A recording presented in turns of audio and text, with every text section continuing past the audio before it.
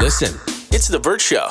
Time to get buzzed on the hot goss from Hollywood with Abby. It's The Bert Show's Entertainment Buzz. So TikTok is suing the U.S. government to stop an enforcement of a bill that passed last month. So, you know, we're not going to be able to scroll on TikTok. But I got to be honest with you, I don't want to talk about that right now. I listened to this audio that Mo sent to me of Caitlin Clark at a press conference with the most uncomfortable question from a reporter. So this reporter, for context, has now been suspended. He won't be allowed to cover the her team, the Fever, because of this weird thing that he said where he made some heart hands at her. Because I guess that's like a thing that she does. That's her move that she does when she scores. So she does that. And so then he does it to her and then proceeds to just make things way more uncomfortable than they need to be. Hi, Caitlin. Greg Doyle, Indy Star.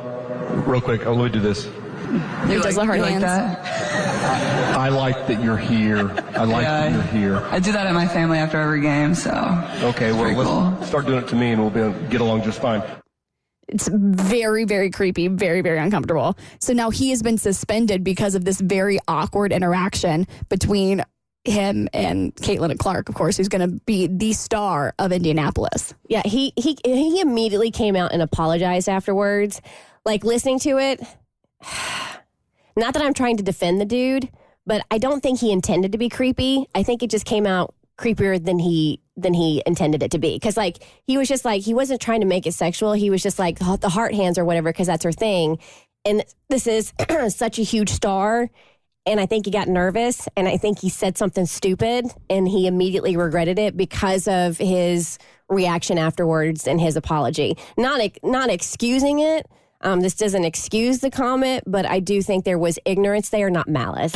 I do think him saying what he said at the end of, if you do that from here on out, then we'll be fine. Like, if I was her, that would have made me uncomfortable. Because why do I have to do anything for you to be fine in this situation? And so for that alone, to me, if she felt uncomfortable with that comment, I completely understand why. And for it to be the first conference, I could see why they was like, okay, we've heard enough of him. Yeah, 100%. Yeah. All right, back to TikTok. So they're suing the U.S. government to stop the enforcement of that bill that passed that is hoping to force the owner to sell it because apparently them having the data based in Texas, and it's very convoluted where they have no proof that the Chinese owner of TikTok is basically storing data and using it against Americans. So it's supposedly this national security risk, but they have no proof for it. So now TikTok is coming back and saying that this is a violation of our First Amendment rights to be able to use this app. So the lawsuit says that this is an unprecedented violation. It states that Congress has not offered any evidence suggesting that this is a security risk.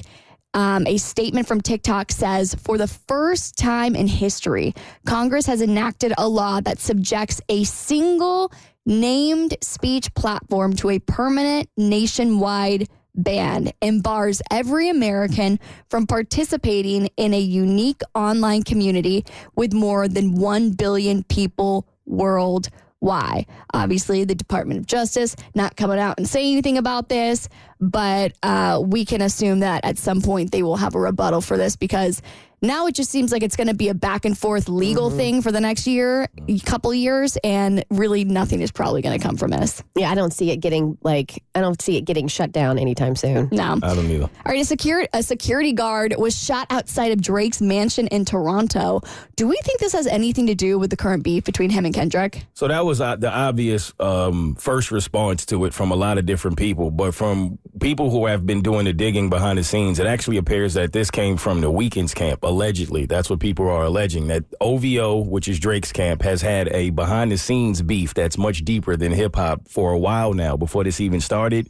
And allegedly, there was a security guard that was also shot from the Weeknd's camp a while ago, and this may be some sort of retaliation because Drake and The Weeknd both being from Canada, and they've had some history and they've been beefing for a while.